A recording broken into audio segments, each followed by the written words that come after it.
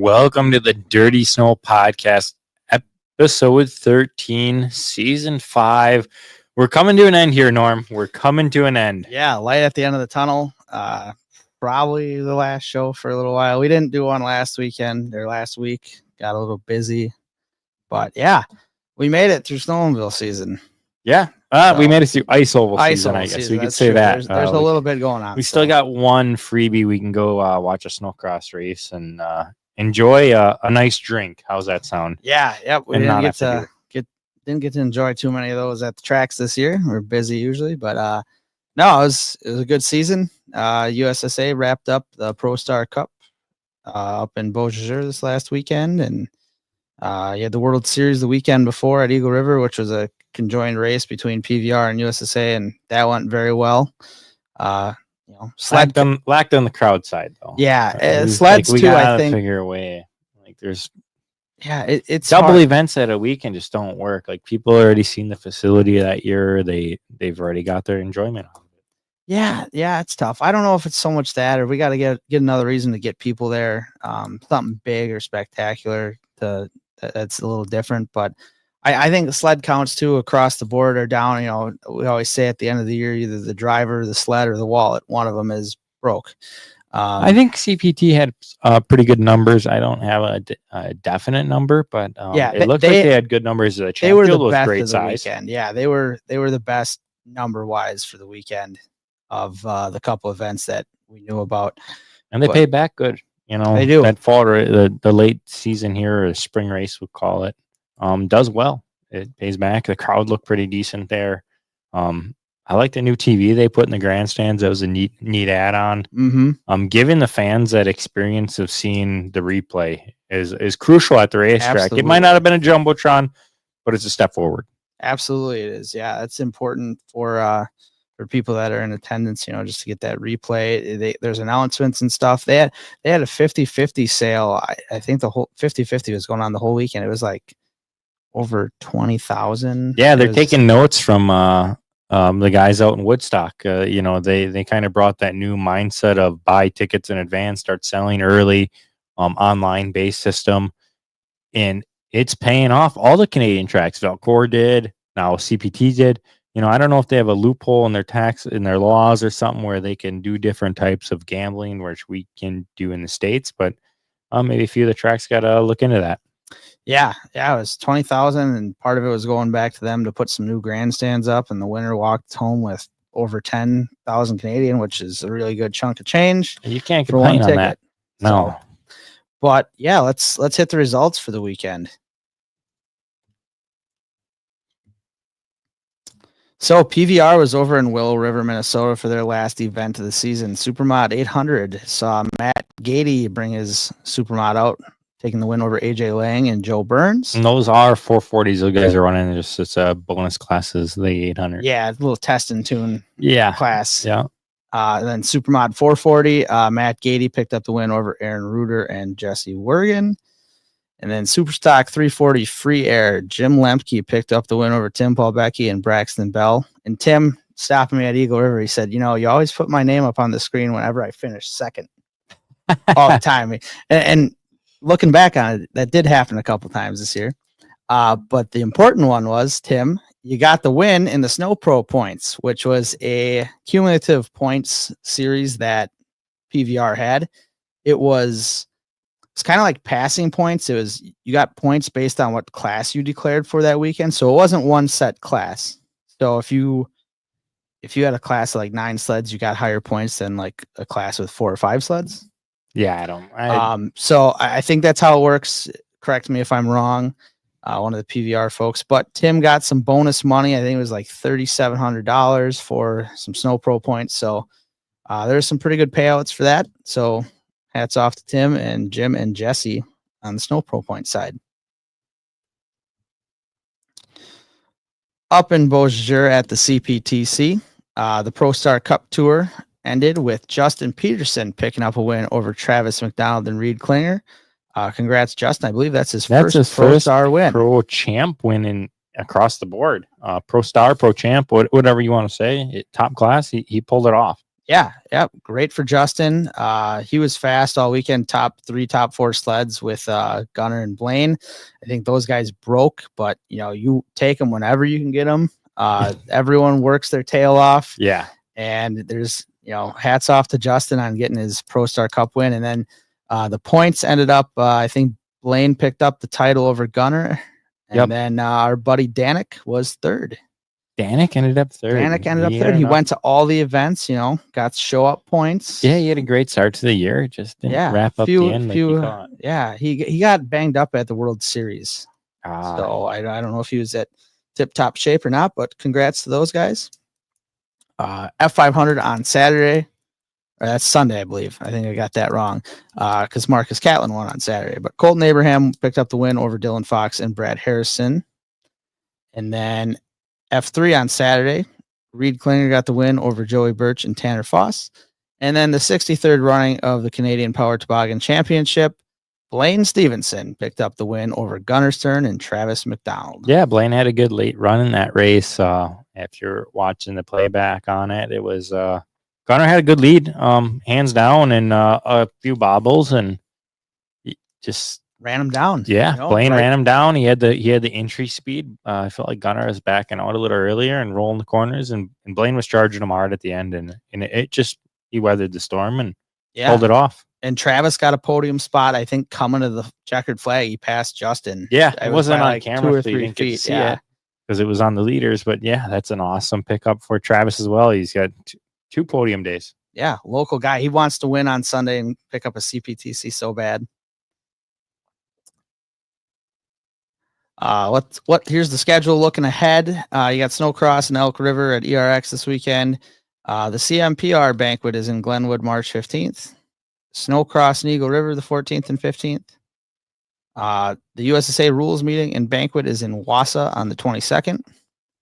Snowcross, the final one, wraps up in Duluth. And then the PVR banquet meeting is in Anago on April 5th. Oh, that's nice. It's in Anago now. That moved up from down south. Yeah. So lots of stuff still going on. Be sure to attend your rules and banquets. Can't gripe about the rules or the way things are if you're not there. Like to take this time to thank the fine folks over at Woody's Traction Products, USSA Pro Star Series, Rick over at Papa Seasoning, Emperor One CBD, and PJR Home Services. Well, that is it. That is it. That was it for the schedule. I don't know what we're gonna do there. We're gonna take some weeks off. Yeah, and I think we might be live streaming the USSA banquet tentatively. We got to talk about that afterwards. We mentioned it tentatively. Yeah, that'll be great to put back in the page. Maybe even the rules meeting to show the behind the scenes a little. It's some stuff that we can easily pull off. Yeah, absolutely. Gunner in Saturday's final was dominating and was parked. I think he blew a belt. That could well be. Or I know Travis blew his motor in the first heat on Sunday when they came back and rallied back. But not sure exactly what happened. Yeah, we're not trackside reporting. And they did a really good job. They didn't have any. They had Brett up there again. They had Brett up there, but I don't think they did anything during the race. No, because that was after the racing was done. Yeah, it's so hard to do it because it's a sprint race. It's so short. You can't really do live track reporting unless there's like red or something. Mm-hmm. And if they're parked on the infield, and unless you got a guy in the infield, you're not going to know either. You're going to be asking the crew guys, and they got to take their educated guess as well. Yes. So, but that'd be something we could work on more. Doing some follow up post race and creating the drama or understanding what's going on. Yeah. So, yeah. Speaking of a little bit of drama, there's a little bit of drama with this next guy because he was sitting there waiting to find out if he won or not. But he did. Inaugural winner of the Decker Triple Crown. We will welcome to the show, Mr. Derek Meyer. Thanks for having me. Derek, Thanks for having me. Yeah. So Derek Meyer, driver of the number 10 F500 and junior sprint sled. Young gun. Derek, how old are you? I'm 14 right now. About to be 15 this month. He's going to be 15. He's gone through the driver's program to jump up. He's on a roll. He showed what he can do. From day one when we were up in Ironwood watching him the beginning of this year, standing next to this Alan Decker, and he's like, what do you think of this? This young guy kind of getting in the field. And I'm like, Alan, don't worry. He's going to pull it off. And I believe he led some of that race. And then the late red came out and it took it away from him. But Alan turned to me and goes, yeah, there's something there. So that's kudos to my legend himself, Alan Decker, Mr. Consistency. So, Derek, tell us a little bit about your snowmobile racing background. You obviously won the Triple Crown this year, but how did you get your start in snowmobile racing? So back in like 1994, around there, my dad used to race. Like he did the 24 hours of Eagle River. So he had a background, and then probably 2014, I would say, we were at Eagle River and we liked it, and we ended up going to Gleason for the little track stuff.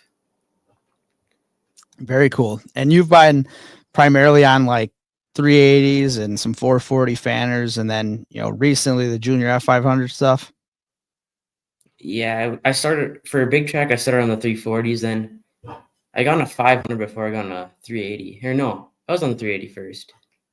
Okay. And we always liked the 500s a little more. Just a little more power to it, Yeah, you didn't have to have like the best equipment to win. Yeah, that's true. Yeah, it's not rolling speed as much as true talent. The 380, you're driving almost full throttle, probably, right? And you got to have everything blueprinted, and it's kind of like running the kitty cat stuff. It's got to be everything's in the sled speed wise, I'm gonna guess. Yeah, and I could see that in the 380 as well. Yeah, where the 500 start to be the body movement and how you work that throttle and then 500 cc's. Yeah, I mean, bouncing back and forth between two different chassis, is there a preferred one that you like better? I mean, the 380 is a sprint chassis versus the 500 being a glorified trail sled. Well, I wouldn't say anybody likes the 500 chassis, but the 380 is way easier to drive. Okay. Way more smooth corners. Yeah, when we were looking for pictures to make the thumbnail, the pictures that I found, a couple of them, the 380 always looks like you're a little more comfortable. You don't have the counter steer in the bars. It always looks like it's glued to the racetrack a little bit better. Would you say that's correct? Yeah. And it goes through the bumps way better. Like at Manoa. Oh. Yeah, the 380s, it's a true ice oval race sled. The F500 is a little more crude, but it creates talent. And you got to show your talent on the F500. So being a younger driver and being around snowmobile racing from a young age, is there anyone in particular that you looked up to, or like maybe an older driver that you go get advice from at all? Well, lately we've been getting a lot of advice from Matt Gady, but we always look up to our teammate Luke Olson. We love him to win. He got a little unfortunate this year, but he'll be back next year. Well, that's good to hear. Yeah, Luke's from your neck of the woods too. Mm-hmm. Being a student and a racer as well, does it ever get tough to balance racing in the school schedule at all? I know, it's a lot of gone on Fridays and don't come back till Tuesday kind of deal. Yeah, I haven't been to a full week of school since before Christmas break. So and not only do you snowmobile race, you're an athlete in the basketball team and a few other things, right? Yeah, football, basketball, and track. Holy cow, man. Star athlete, snowmobile racer. He's like a college student, Does it all. He just kind of rolls in, and they probably help him. Got a tutor and the stud of the North. Mom's the tutor. Mom's the tutor. Carrie's the tutor. Okay. Oh, awesome. Good stuff. So, with the Decker Triple Crown happening this year, that was obviously a big opportunity for you as a talented junior driver, who was also very talented on the junior at 500s. And your resume speaks for itself. But knowing that you wanted to run the Decker Triple Crown, you guys had to go through advancement to allow yourself into the older classes. How did that go about for you guys? Well, we've been trying to get up there for a couple of years now, but this year it really came through. We had Bob Richardson and Todd Ackenberg. He really helped us too. So we got some arms twisted, and it just worked out this year. Yeah, you guys went the due process route where you kind of submit a resume to ISR and they have to approve it, and the bodies that you race with have to approve it. Yeah, so we have to, before we go racing anywhere, we have to touch base with the race director at every track or circuit that we go to, and they have to approve it. Okay, that's good to know for any junior drivers that are out there wondering how you can go race with the big boys. Obviously, you had I would say a really good ending to the season and a really good start to the season with picking up a second place, what probably should have been a win at Ironwood. But your second trip to Ironwood, you had some bad luck.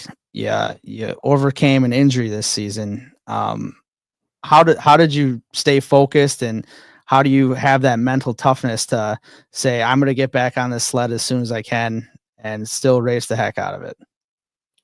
Well, me and my team came to the conclusion it was a once-in-a-lifetime opportunity to be in the Triple Crown. So we thought we'd do whatever it takes to be back in the race. You want to fill the fans in, I guess, or the listeners in on what you went through. You what type of injury you sustained, the surgery process post injury, and give us an insight on that as a driver and how you overcame it to be on the sled 2 weeks later. Yeah, so I had it off. I had a crash in Ironwood and broke one ankle and sprained the other. We went to the doctors and we got surgery the next Monday. I was out for I had the surgery the week of Vintage Weekend at Eagle River, and I was back for Modern Day Eagle River. That's like a week and a half. Yeah, that's crazy. But you had to change some stuff. Your gear. You want to maybe give the rundown of that? Did you change your boots or anything to protect that ankle more, stabilize it while you're riding the sled? Yeah, so we actually got some snowboard boots, and they're not quite as stiff as ski boots, but they're still really stiff. So I just started riding that. We had to push out the stirrup a little bit so we could fit in there. So you made it work. You overcame the obstacle of an injury throughout the Triple Crown points gain, and you rounded out in Manawa and showed your best show. Yeah, I mean, you were on the sled, like I said, a week and a half. Modern Eagle River was that race probably one of the toughest you had to do? Did the ankle bother you at all? I saw you walk up the hill at Eagle River, and you got your sled back to the paddock area. Your guys took care of it, and you kind of limped up the hill. I mean, how tough was that weekend? It was tougher walking than racing. I'd say racing was the easy part of the weekend. Was just getting to and from the trailer. We were trying not to jar it. Yeah, we were trying not to turn too many heads with too bad of a limp. So yeah, the EMTs don't always like that. I mean, you were fast that weekend still, so yeah, we stepped down from the pro class. We just went in the junior 500 class just to not to ease into the weekend, get some time, shake the rust off, and make sure nothing rattled loose. Mm-hmm. So obviously, after that, you were still very fast. I think one mechanical issue at the PVR Wassa took you out of the final contention there, but you made the front row for the Triple Crown down at Manawa. What was it like racing at Manawa on lake ice? I mean, you guys kind of bounce around a little bit to different variety of tracks. How was the Manawa track? We were blessed to be front row, but we have a lot of lake what would you say, lake racing in our background because we test out in front of our house, and we like to go out to them CMPR races, and I like them. We didn't have good hole shots that weekend, but I like Manoa. It was a little bumpy. Yeah, it got character. I at You one know, of one of the pictures had I think you finished second in the race, and you broke a radius rod bolt. I say the picture has one of your skis all flopped out. Yeah, we broke the lower radius rod bolt, and also where the trailing arm connects to the chassis on the back. We broke that weld right there, so the machine was falling apart for that race. Yeah, so you're a guy that likes a lot of laps, and you probably didn't want any more at Manoa. Was it starting to get hard to turn? I didn't even notice it till I turned off the track, and when I was I saw my ski with negative camber on the inside. I was like, oh, that's not good. Yeah, I suppose I guess you got a lot of right side weight. yeah, you kind of weight carry it to transfer, the corner, right? But yeah, finished second in the race, and then you were very fast all weekend. I think a couple more laps you would have been up there in first, no questions asked. But you ended up winning the Decker Triple Crown. What does a win like this mean for you and your team? It blessed our team. We weren't expecting it. That's probably the best part about it is you're not expecting stuff like that, and it just feels great to be able to be a part of that history.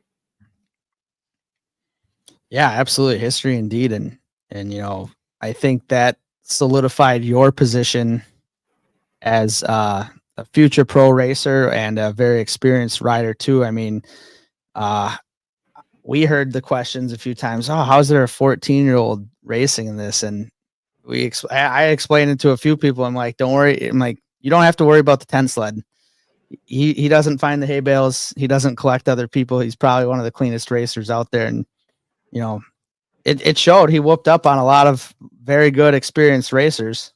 Yeah, you put in the work, and you did it years prior. You showed it up in Canada, and they weren't too big of fans of you in Valcourt because you beat all the old guys up, and you did it the year prior, and now you went through the proper steps, and it's open game. The Meyer camp's coming, and the next kid's going to be even faster.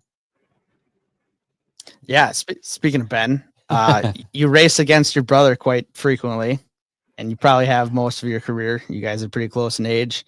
How does that, how do you guys handle each other in the trailer? If you guys race pretty clean with each other, or bump and bang, or you race him just a little bit harder because he's your brother? Well, we're usually pretty clean. I think we got one wreck out in CMPR that we've caused together, but other than that, we've been really clean. We all know we know each other's lines, so we know where to stay. Yeah, and you ride a little different lines between the two of you, and you've seen that in the 380s and racing in the Sport F500 class together as well. Mm-hmm. Plus, then that's just two sleds for you guys to have to fix, rather than just one. Yeah.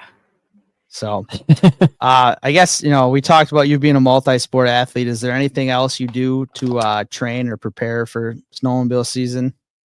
I just do a normal workout, lots of cardio. That's what I've been into. I haven't been able to do cardio lately because of the ankle, but still been working out. Yeah, that's good. And being a smaller team, you guys are in the UP. You in the shop quite a bit, quite a few nights a week, wrenching on stuff. Yeah, I'm there every night with my team. I like knowing my machine and knowing what I can change on it if I ever wanna. Yeah, as I say, I was on the phone with him and his dad yesterday, and his dad goes, "Oh, he's out of the truck into the shop already." Like, had a 5-minute conversation, and he was gone already. So he knew he had to talk to you tomorrow. Yeah. So he was on to the next. So, I guess what are some of your future goals in snowmobile racing? You've been around, very successful the last couple of years in a lot of the classes you guys have ran. What are you looking forward to potentially down the road? We're just going wherever the wind takes us. We'd all like to be in the WC one day. Maybe an I-500. We don't really know yet. I-500. That's an answer we haven't heard out of a lot of people. Yeah, that's one of those iconic of the three. I think the I-500 and Eagle are the two most iconic races to start. At least starting them. Winning them's another object. Yeah. For sure. That's the hardest thing to say is to win one of those two. Yeah, I mean, Triple Crown. He's got one Triple Crown, right? Decker Triple Crown. Yeah, a lot of guys him? were, couldn't qualify. You can't jump back. I know to the F5, it's hard. Back to the I-5 to WC to the International 500, the Land 500. Yeah. So both of them, all of them are pretty. You're kind of stuck in a holding pattern with your age now. You've hit the top in the F500 already. What's the next step? Where we're just waiting. Is there a possibility for pro light advancement or something like that?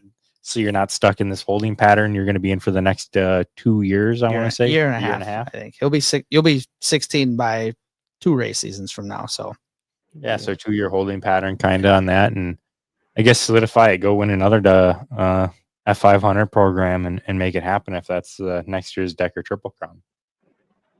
Yeah, we're not too eager to push it too far. We want to get comfortable before we go too fast. I think you're pretty comfortable.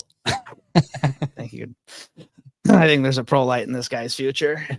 He's got a chassis for it. Yeah, the chassis. You just got to put the motor in it. So, outside of snowmobile racing, I see you guys in the summer a little bit at some of the local short tracks. Tell us a little bit about some of the truck racing you do in the summer. I got your shirt on right now. Oh, he's got a Brock Heinrich shirt. He's got a Heinrich shirt on. Okay. Crew Chief Cody's watching. Yeah, so yeah. There you go. Enjoy that. But yeah, tell us a little bit about the truck program. Yeah, so we have a friend named Todd Nagel who he's Ty Majeski's team owner. And they put together a Midwest truck one year for Oktoberfest. And he kind of got booed for going. It's like us going back to 500 if you were in champ. And he kind of got booed for it, so it ended up in our hands. And we've just been dabbling in it. We're hoping to have a little longer season than we did last year. Okay. How's that compare to the thrill of snowmobile racing? I like it. It's not as, it doesn't click with us as much as snowmobile racing, but I think my whole team still likes doing it. It's something to do in the off season, right? It's something to go fast, and if you got racing in your blood, it's just something you want to tune on, right? Yeah, it keeps us in the mindset. That's for sure. Yeah, it's that like stock car racing. I believe it develops you to be smooth. Yeah, that's what I was going to say. It's consistent, smooth so laps. hard to run like fast everywhere you go on like a stock car or like if you're good, you're platform. Good. Yeah, if you're good, you're good. You can tune, right? But like on a snowmobile, like you can always drive it in a little bit harder and try to pick up time and change your body positioning. Whereas you're strapped in a roll cage and stock car. You're never going to drive it in hard enough. At the end of the day, yeah. So yeah, lots of fun stuff going on this summer. But got a few more questions for you. You are a younger driver, but there's much younger drivers out there than you. Do you have one piece of advice for potentially a junior driver that you think they should know as they come up through the ranks that you wish you knew? Just try to stay in it and always try to be faster. There you go. Always keep going. Speed's not always in the sled; it's in your hand a lot of times, right, Derek? Yeah, we got countless amount of laps out in front of our house. It's laps. It's being comfortable, and you guys showed that. Heavy right thumb. Well, heavy right thumb, but being comfortable leads into that, and it sounds like you guys turn a lot of laps. I can only imagine how rough the track is behind the house. By the end of the season.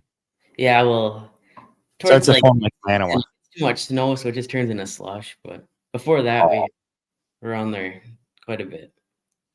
There you go. All right, and then my last question for you, unless anyone else in the comments has one for Derek, you are $10,000 richer. Like I said, probably the wealthiest 14-year-old up in the UP. In singles. Any idea what you're going to spend that $10,000 on? Well, we got to get a truck in a couple of years, so probably invest it till then. There you go. There you go. Okay. Smart. How about the Henry rifle? Did you get to take that out yet, or Yeah, you shoot fire some a few squirrels out rounds back, through it? or Yeah, it hasn't left my brother Ben's hands. He loves that thing. Oh, okay. oh, babe, Ben's I got see how the this rifle. goes. Ben's got the rifle. Yeah. Okay. Team effort. Yeah. Chris Seymour asks, "Where do you see yourself in 5 years?" Oh, that's a tough one. Yeah. Hopefully still in the sport. Yeah. Hopefully, still racing. Maybe on a champ sled or something. Yeah, once he hits 18, he can qualify for the champ class. Yeah, I think 16 you can. You can at 16. The advancement thing. Yeah, The 16 you got to do the okay. advancement. That's how yeah. Matt Ritchie did it. He pulled it Yeah. off at 16. One of the guys I remember. Yeah, I ran pro light. I think it's if you're under 18, you need advancement to get to the pro classes. Okay. Okay. Yeah. We got our good friend Rick from Papa Seasonings. Oh yeah. Derek, are you a fan of Papa Seasonings? Oh yeah, we have the barbecue sauce in the fridge. There you go. There you go. Yeah. Go Rick. I've yet to try the barbecue sauce. We both have a jar sitting here. I tried it. You did? I glazed some steaks with it. Careful, the hot stuff's hot. Not steaks. Pork. Oh, okay, good. I was like, man, that's tough on. No, I Not to be a beef critic. no, I glazed some pork chops with it. It was pretty good. So there's a eye review. You guys went on the Papa Seasons website and bought some stuff there and tried it. From watching the show, I take it, right? Yeah, we were out in CMPR a couple years ago, and we won the 500 class, and that was the trophy. Nice. Okay, that's how Okay. I got it. Okay, Yep. Gotcha. perfect, nice. Perfect. So, you got anything else for Derek? Other than hopefully we get to see him at the banquet here in a few weeks. We'll see him at the banquet for sure. I believe they're going to attend the rules meeting as well. Yeah. So, Tim Glotsky. I don't even want to. I don't want to embarrass him. Any girlfriends? He's asking. He's got 10,000 reasons to not have one now. Yeah, You know? A suitcase full of his own Dollar creations. bills. So, well, Derek, we can't thank you enough for coming on and talking to us about your season. Hopefully I get to see you at some short tracks in the summer on the Midwest Truck. Anyone you got to thank for all the help that they gave you this season? Yeah, my whole crew that came to all the races and everyone that's helped out, my mom, my dad, my brothers, and my friend Brad. There you go. How about any sponsors? Oh, Incredible Bank, Woody's, FXR, Meyer Yamaha. Perfect. Well, that is Derek Meyer, your Decker Triple Crown inaugural winner. Derek, thank you so much for joining us tonight. Thanks for having me. Yeah, that's Derek Meyer, There's winner Derek. of the Triple Crown. Very great young racer, him and his brother, the Michigan Meyer Missiles, as they get called. The Meyer Missiles have a bright future in snowmobile racing. Yeah, If we can keep the sport exciting for them. I hope so. That's the advancement thing. It wasn't like a big issue, but it's like, man, these kids are very talented, and the racing's close. But I know Derek last year. I mean, pretty much every junior F5 class, he was kind of spanking the field. Yeah, the advancement it was just needed to get pushed through and be done. And as we talked about in the past with classes, there should be a spokesperson for each class that knows what's going on throughout all the groups and has a say, and it is what it is. Yeah. And the same spokesperson should go, hey, you're too fast. No, you're not going to go race sport this weekend. That's done. You're officially marked pro. So we can keep the sport class clean for the youth and the guys that are trying to build up the experience to be in the Pro F500 class. Absolutely. Absolutely. And Tyler Schmidt's done a great job with USSA, working with a lot of the junior drivers, kind of mentoring them and then working with the advancement process. And I think that's something that needs to be looked at, as we try to grow some of the junior classes, or make sure there's not that fall off between like age 14 and 18, where these guys don't really have a big class to run, or, super competitive sleds to challenge or nowhere to themselves go, up again. Yeah, exactly. So things to talk about at the rules meetings that are coming up. So be sure to make a the marking rules on your meeting. calendar. Yeah, mark that on your calendar for rules meetings and banquets. They're important this time of year. I believe Supermod is up for rule changes this year, one of the top classes. And like we talked about last year, if you have things you want to address, how it works, at least for ISR, is you bring a rule change forward to your affiliate, which would be your race association, your PVR, your USSA, stuff like that. You present it. Their board votes on it, or their group, and then they will push it forward to the ISR meeting, which happens, I believe, sometime in April. So you bring big gift cards and you got to give it to their board, and that's lobbying. That's lobbying. No, we're not. We're not in the federal government. Yeah. That was last night's situation. But yeah, but they do like gift cards, and that's one way to push things through. Yes. I'm kidding. But that's how you do it. So like last year, you had the ski. Just as an example for Supermod, printed out sheets, presented it at the rules meeting. It got forwarded to USSA, and then it got put on the ISR agenda, where then all the affiliates vote on it together. So yeah, if you're not at your rules meeting, and like USSA rules meeting, junior drivers, you have a little separate meeting. You're there for the big stuff, and then you branch off to the junior rules meeting. Other drivers, show up. You make your voices heard. And just sitting in the meetings, not making your voice heard. No, you got to speak up. If you have a gripe, present it. And don't do it in just in a vogue term way. Present it in a way that you're going to go take it to a board. A slideshow, PowerPoints, picture, handouts. Make your vision of what you're trying to say or bring across as a point valid. You can spiel all you want, but that's only going to get you so far. And I'm not blaming the champ guys, but it's all champ guys or some junior drivers in those rules meetings.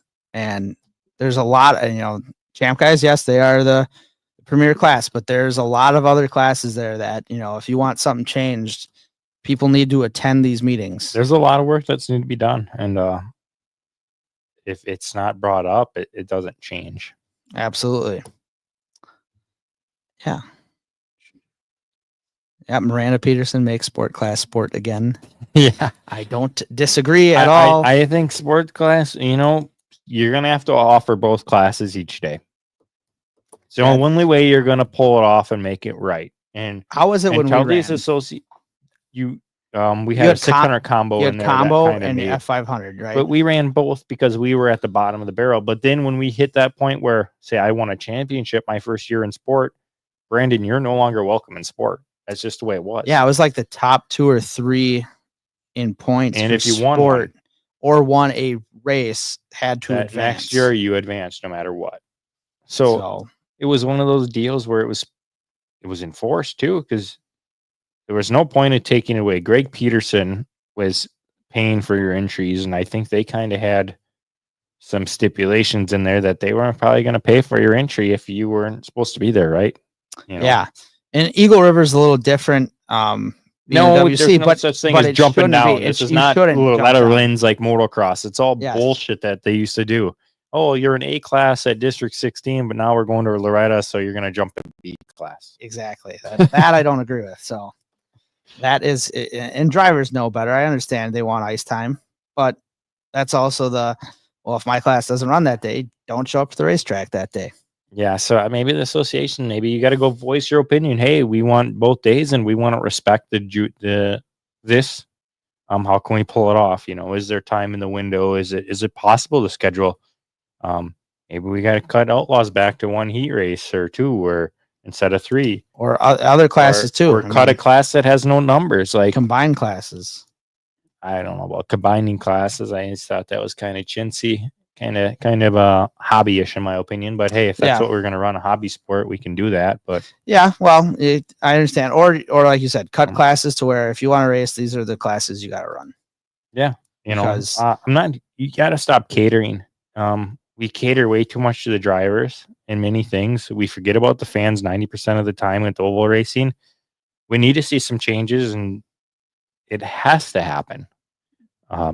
You need to fill your grandstands again and make them want to be there 3 to 4 hours. And can we schedule that? That's a tough thing. Do we have to run our rookie classes in the morning like Snowcross does, and then do a night show for 3 or 4 classes? How can we make this enjoyable again, right? Yeah. For example, I was at again, this is a little different. I was at our local beater cross event over the weekend. We were there 4 hours. They just kept clicking classes off. Gate fee was cheap, beer was cheap, food was reasonable. Yes, it's a vintage snowcross, so you're going to watch your friend. You're watching there to get your buddies, fly off the sled and stuff. So it's a little different, but they had almost 3,000 people there. Yeah, and we struggled like when we went to Wausau. I don't think there was maybe 1,000. That and like we said, World Series stuff like that. And that there's a lot of things to change. It's hard to have someone sit at a track 8 hours, 2 days in a row. Yeah, I'm even burnt out as a race team. Getting there 7 a.m. to race or practice at 8 a.m. It's a tough gig. Yeah, and then you race maybe the night before, so your team's burnt out, you're exhausted, you're at each other's throats already because maybe last night didn't go so hot, so you were in the trailer till midnight and you had to get up in 4 hours. 4 or 5 hours of sleep, go back, sit in the trailer. It's a tough sell some days. So, things to look forward to next season. What does your off season prep look like? Season's wrapping up. You're going to attend your banquet. What's the first thing you do to look forward to next year? Well, I got to see what's going to happen. We know with current WC classes F3, if you're going to go Formula 3 racing, you're going to get that sled ready and you're going to get in shape. That's your off season. You're going to go champ racing. You're going to wait and see what that schedule turns out to be and see what the value of it is. And maybe go change packages or, work with your motor builder a little more on something on the pipes or, how we can gain a little power without crossing these rules that are currently in line with the no porting and whatnot.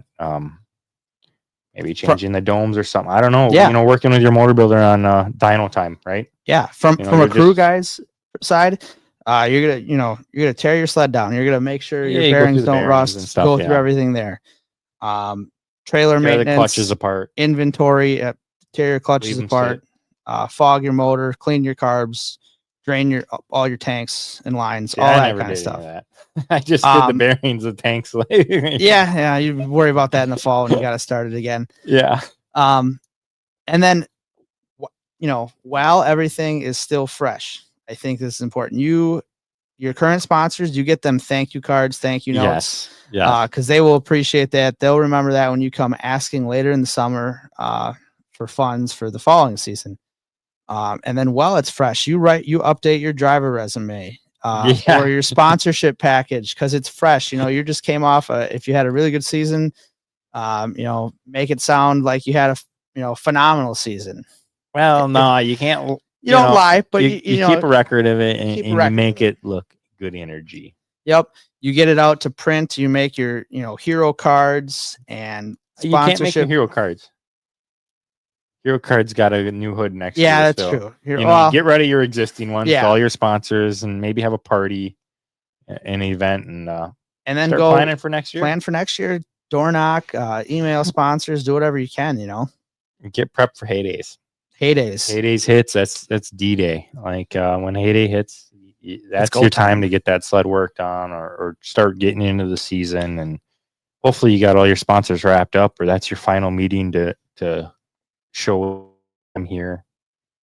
Yeah, absolutely. Yeah, so there's a lot to the off season. I don't know. Train, work out. That first few weeks after race season's over, once you get them bearings done, I wouldn't even go to the shop for a month. No, it's tough to look at. It didn't even, you just wanted to get away. You go do something, you go on a trip with a family or. Yeah. Don't forget to enjoy yourself, obviously, but Yeah. always be prepared for the following season. There's because like everything in racing, you're usually rushing at the last minute. I've seen it from stock car racing to snowmobiles to Pinewood Derby cars we were building. Well, I was not notified. You're not notified. Okay. Yeah. Last minute. I get it. Yeah, you have a week to build it. I'm like, yeah. Let me just pull that out of your hat. So yeah. I think we made a lot of parts the year prior. Yeah. So, but yeah, there's never enough time. So always think about in following season. Go work some overtime. Try to make some money. Make the wallet a little fatter for the next year, right? Go to more races. So, but yeah, I think that about does it for us. Yeah, we're gonna be up in Eagle River for the snowcross event. We'll be at USSA Banquet. And I think that'll do it for our snowmobile racing. Maybe if we're lucky, we'll make it over to PVR for the vintage PVR stuff. Yeah, and Antigo, Wisconsin. Yeah, let's see what we can do. But I don't know when we'll have a podcast next. Try to do an update probably in the summer sometime. I'd like to try to get like a Sabrina interview podcast. Yeah, we talked about that too. World champion, late at the end here, and then maybe a rundown of what she thought of the twin tracker and Velcor. Yeah. I'd like to maybe do one of those. So that's kind of on the bucket list for us to wrap up the season. And then post-banquet event. Yeah, a little post-banquet. Maybe get Blaine on or a couple other big winners from the USSA points side of things. And maybe Tim Pobecki won the PVR Snow Pro points. That was a pretty big deal for them this year, See, I don't know much about that, so I'd have to we'll do some investigating. But, and if you're a supermod driver, make sure you get your ski write-ups in and get to your boards because this is the year. Yeah. It is the supermod unfreeze, is supermod dead? I don't know. Our builders come to the point where they built themselves out of it, where less and less guys are joining. We've seen a decline in numbers the last 2 years. What needs to change? I've seen Old Man 72 do a big post about that a while back, and I bet there's a lot of talking points in there that you guys should go look at and see what was kind of said in that chat. I bet there was over 100 some comments, and be a fun one to go read again. Yeah, and then attend your rules meetings, like we said, and stay tuned to I guess the Facebook side of things for maybe we fire up the Facebook groups. Yeah, we give us something to talk about during the summer, let's get the Facebook group all wound up this week. Everybody go on there and bomb your idea in there, and let's just see what really unrolls, and hopefully the right people in power see it and maybe take it to the rules meeting. Yeah. So enjoy the off season. If we don't see you, we'll see you back here next time. Thanks.